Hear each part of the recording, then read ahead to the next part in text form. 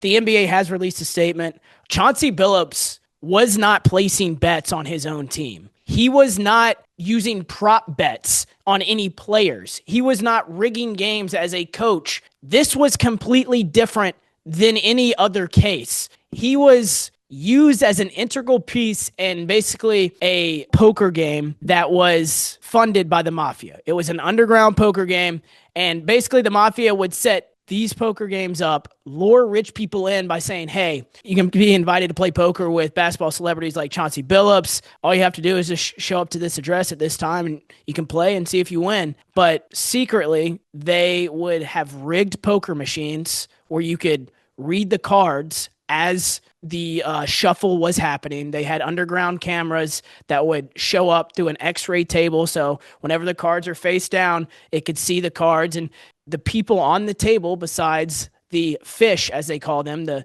rich people who had no idea this was going on, everybody knew, including the dealer, who had the best hand except for the people that were losing the money. And Chauncey Billups was used as a pawn in this, as a celebrity that would get a cut of the earnings if his status was able to bring in people.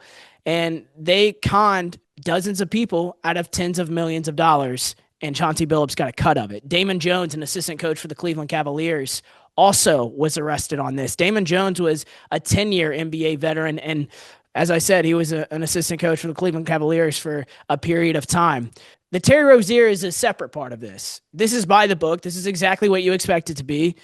Terry Rozier is essentially an identical case to Jontay Porter. It was when he was playing with the Charlotte Hornets. He was prop betting on himself, then taking himself out of the game with a fake injury, and letting mafia members know about that, and people make a profit off it as well. So Terry Rozier was by the book, exactly what you expect. Chauncey Billups was straight out of a movie, rigging poker games with the mafia, getting a cut of it, and bringing in rich people so they can take all of their money. Pretty insane, Joel. You're on mute, bro.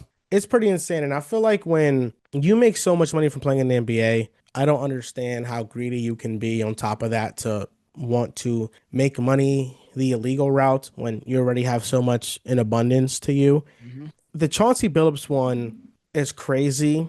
The Terry Rozier one, I feel like it was pretty noticeable in the way that he started to play in Miami, because he was awesome in Charlotte. I thought when Miami made the trade for him, it was really good. And then in Miami, he just became a shell of himself. He's throwing dumb turnovers, and now in hindsight, we're like, okay, maybe he was in on something for sure.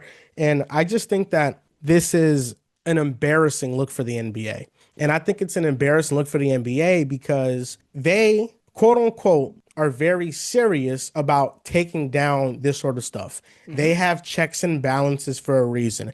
Betting and gambling is prohibited if you work for the NBA, much like cap circumvention is prohibited if you own an NBA team. Yet the Clippers have been investigated 3 times for it in 2015, 2019, and now in 2025. They're not going to start investigating it until after the All-Star game, which is held in LA at Intuit Dome.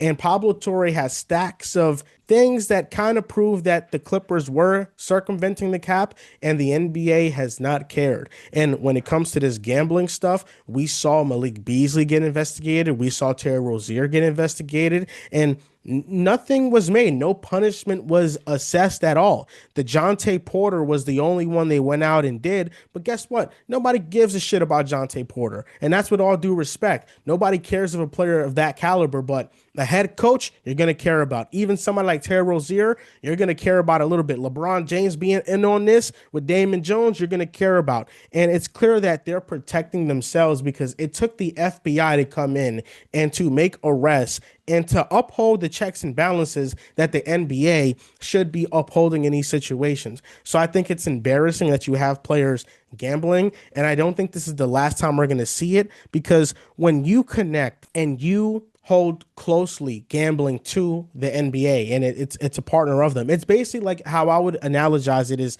the fact that if I'm sitting down and right next to me is, in theory, sitting down a big gambling partner that is in front of my face all day, every day, at some point, we are going to cross paths, we are going to touch. And that's how I feel about the NBA and all other professional leagues.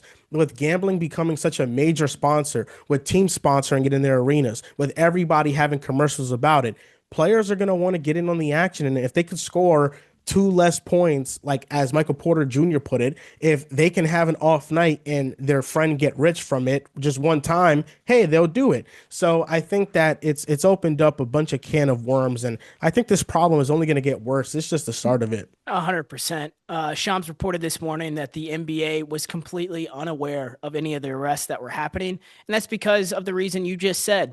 The FBI had to conduct this entire investigation for something to get done about it. And they were not going to rely on the NBA as a resource because they know what the NBA's intentions are on this, and that is protecting their brand and having the best look possible for their league. I love what you said about Terry Rozier because a year ago, I remember a report coming out that the NBA had cleared Terry Rozier of all wrongdoing. That happened. And the motive behind that was the exact same thing for the motive that the NBA has now, and it's for their image.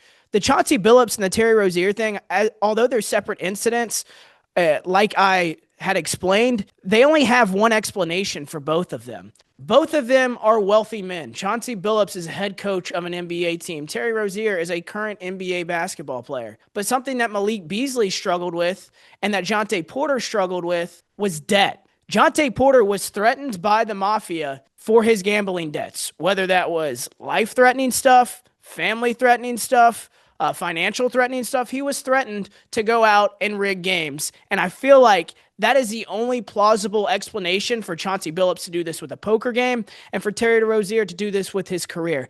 They had to be threatened by something. It doesn't excuse them for that, but it also exposes that these bad habits that these players pick up are not above the law. And eventually stuff like this catches up with you. The NBA investigating Steve Ballmer right now is more relevant than ever, especially because they had cleared Terry Rozier. Malik Beasley still being investigated by the FBI. Malik Beasley was cleared by the NBA too. If that ends up going on, how does the NBA come out of this looking? This Steve Ballmer thing is going to get very, very loud. And although that Steve Ballmer didn't break any federal law, there's no FBI that can investigate this case. It is all on the NBA on what they want to do moving forward. They have a top 10 richest guy in the world as an owner. Do they value that or do they value the fans? I think you and I have talked about on this show. We know what they value. They value the money. They value their image. And that is 2 against 1. They don't give a shit about the fans right now. And it shows with their actions. And it's unfortunate the FBI can't come in and investigate Ballmer, but I think we know what the result of that Ballmer case is. And until Pablo Torre at least is going to die trying to prove what seems pretty much proven true, allegedly. But yeah, I think the Steve Ballmer thing comes into this. This has been a nightmare 2 months for the NBA. Getting people arrested the day after opening night, a player and a head coach arrested for things like this on the heel of last month getting reported that one of your richest owners is sliding tens of millions of dollars under the table to another team when the player who was accepting the money had asked for the exact same benefits from the LA Lakers and the Toronto Raptors, which was reported 4 years ago. The NBA investigated that and got cleared him on that as well. None of it makes sense. And you're right. The NBA has released a statement on the arrest of Chauncey Billups and Terry Rozier. They said they're being placed on immediate leave from their teams. You don't say. They just got arrested. So I don't feel like that statement was worth releasing. By the way, we had talked about who's going to coach the Blazers. It is assistant Tiago Splitter will assume a head coaching position while Chauncey Billups is on leave. He's not on leave. He got arrested. That I don't understand, but it is what it is.